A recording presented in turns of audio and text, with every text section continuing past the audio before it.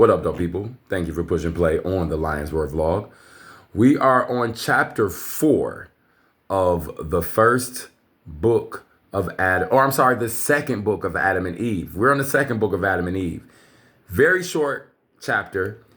Remember when I said in a previous video that, when you get them people that want to manipulate and deceive, and then it's like when they can't manipulate, deceive you, then it's like they show their true colors, and then all of a sudden, like all the attacks and the lies and the, not the lies, but like, because they already been lying and deceiving and tricking, but like they're like how they really are comes out, like how you're making them feel because of you not falling for their lies and deception. It comes out and it ends up being very evident that they operate out the devil's energy for real, right?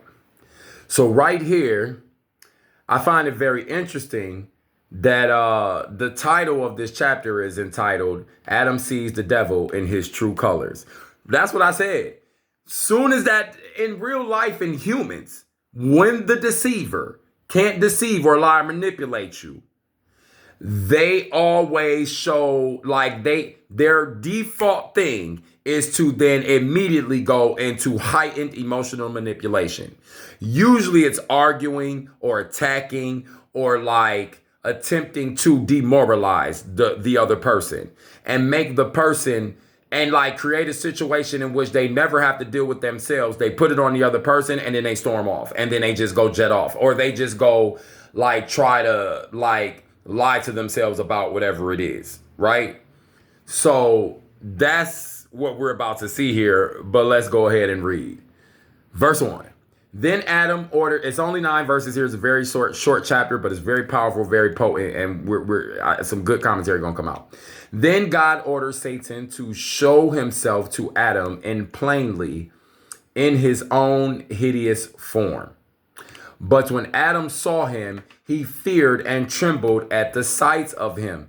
Now, right here again, what if the hypothetical, let's just go hypothetical and let's just say like, what if this has something to do with once Adam realizes that the mindsets that he keeps getting tricked by, once he realizes that it's not of God and that these things could have been in his head and he doesn't understand it, it's like once it's revealed, reveal yourself. That lie, you lie and it's in Adam's head, deceiving him, reveal yourself. And then once it's revealed, now Adam has to deal with the fact of, hey, those thoughts weren't even of the highest one, but I'm having them.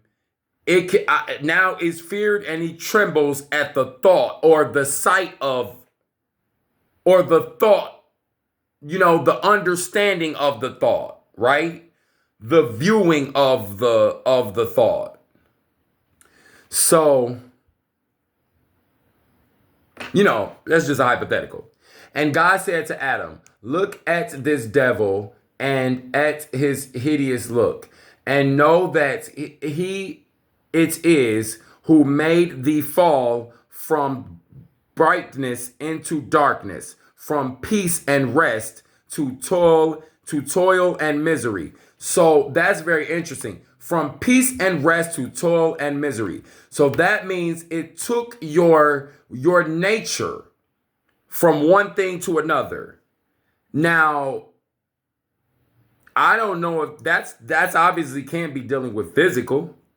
I think it's dealing with spiritual. I think it's dealing with the energy that ran those beings. They were going to become physical beings anyway.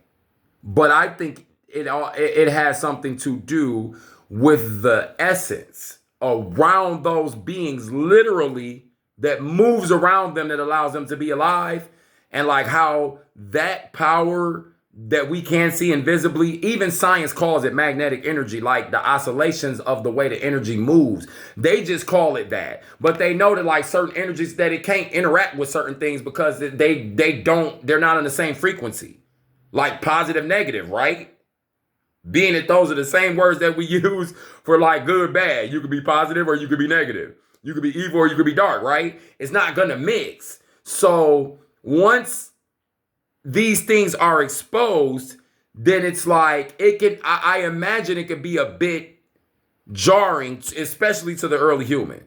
So again, it could be that that being is manifesting exactly like what it's saying, and he's turning into this animal and this woman and this all this different stuff, and the old man and all this different stuff. But even in the previous chapter, it really did hint at the essence of that dark one's energy is the thing that was like in the serpent, in this trick of a woman that you saw, this vision or whatever of a woman, the old man, the lions. It even wants to be a sacred god, but it's a liar. So like, that way. But let's just keep reading. And look, O Adam, at him who said of himself that he is God. Can God be black? What? Oh, okay. They're saying like dark, evil, like bad. They're not saying black like the skin tone. They're saying because even back then, like this, it wouldn't. It can God be black or like can God be black, meaning dark? Would God take the form of a woman? Question mark. Is there anyone stronger than God or than Elohim or than Yahweh or the highest one or whatever they were saying? Because they weren't saying what we were saying, but they were referencing the same energy and spirit, like I said a few videos ago. And he can be overpowered. God can be overpowered. Is God all these things? He's like, yeah, the highest one. I am not any of these things. So he keeps tricking you. Right? See then, O Adam, and behold him bound in thy presence in the air, unable to flee away. See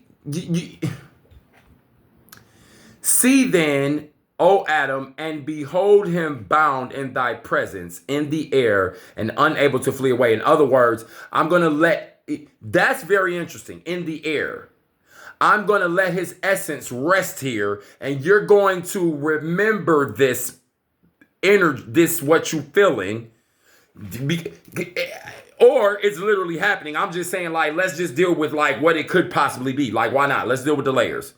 Because some of y'all, this is the first time you ever hearing some of this, and it could be literal, like I'm saying, because I don't know for sure. Or a lot of the times what we're dealing with is metaphorical. When I say metaphorical, I don't mean it is taking away from the root of what's going on. I'm saying like that it's picturesque. So it's written in a way for you to break it down and get the juice out of the shell. Okay? So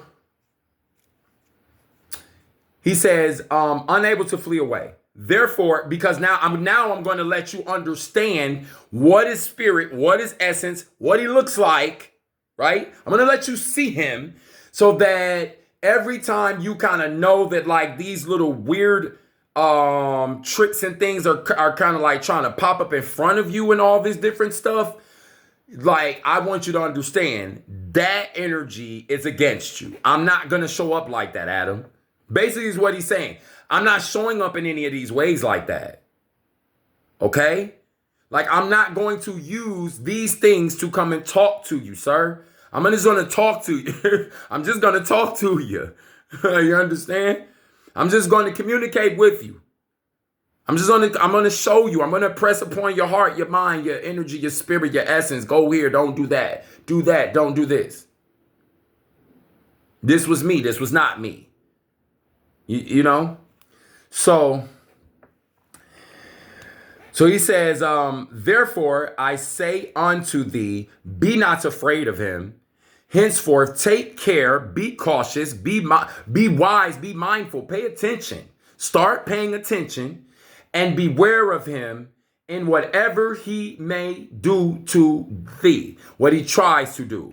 Be aware, be mindful of how he's coming. Pay attention. Take these strategies, take these lessons that you've learned about him and use it against him. Use it for your benefit. Use it for your advancement. Okay? Then God drove Satan away from before Adam, whom he strengthened, and whom he strengthened Adam, and whose hearts he comforted, saying to him, Go down to the cave of treasures and separate not thyself from Eve. I will quell in you all animal lust. Okay, so right here, this is the Most High giving Adam a command as it relates to that. So this desire to be with Eve, maybe it was extremely intense to the point to where they couldn't even focus. And perhaps Adam saw that as an issue. He's seeing everything because he like, look, just like the Most High told him, I'm being careful for this. But Adam sometimes is doing this in some ways, but he's not doing it in other ways. Like, for instance, he made the decision to separate from Eve, but Most High didn't tell him to do that. But then, like, when this Satan is always trying to trick him, it's like he has to come pray because he's always not sure. But God is showing him right here, like, yo, bro, do you realize that I keep coming to you the same way? Like, all these other things, it's not me. But I understand, I appreciate you asking me, but Adam, like, bro, like, come on, bro. Like, I'm about to boot you out the nest, Adam. Okay? I'm trying to show you here, this ain't me. You should see this. You should know this by now, son. Then God, okay, we already read that. Comforted, okay, go down to the cave of treasures, separate not thyself from Eve. Okay, I will quell you in your Adam. In other words, like, I will take that passion away from you. The thing that's making you feel like you need to stay away from her, because it's probably totally different from our time. I'll curb that, okay? From that hour, it's left Adam and Eve, and they enjoyed rest by the commandment of God. But God did not the like to any one of Adam's seed, but only to Adam and Eve. So he took the passions that they had for each other away for whatever reason. I don't know. Perhaps that just was the only choice. Like I said, maybe they didn't want to have another Cain. I'm not really sure. Like, once probably they had Seth and they realized, like, look, let's just be happy and be grateful for what we have here, because that Cain thing was probably very much a lot for them. First family went through a lot with the first unaliving. I don't know if you could say murder on here, but I just did it anyway. Well, I'm talking about a murder of crows, YouTube. I don't know. That's a lot. Okay, no, the Spirit just said no. See, the Spirit's not even going to let me know. Like what I just said, the first family went through a lot with the first murder. That's what it was. Oops. All right. Okay. Then Adam worshiped. So it says that he didn't do that for Adam's posterity. So they continue to have children. They like, look, they kept going. They're like, hey, we're going to enjoy this. Then Adam worshiped before the Most High, or worshiped before the Lord, the highest one, for having delivered him and for having laid his passions.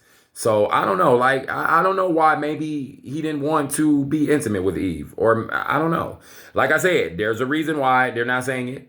And he came down from above the cave and dwelt with Eve as aforetime, as before, like how they did before.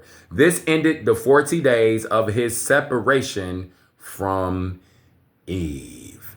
And then next we have chapter 5 of the first book of Adam and Eve, or I'm sorry, the second book of Adam and Eve.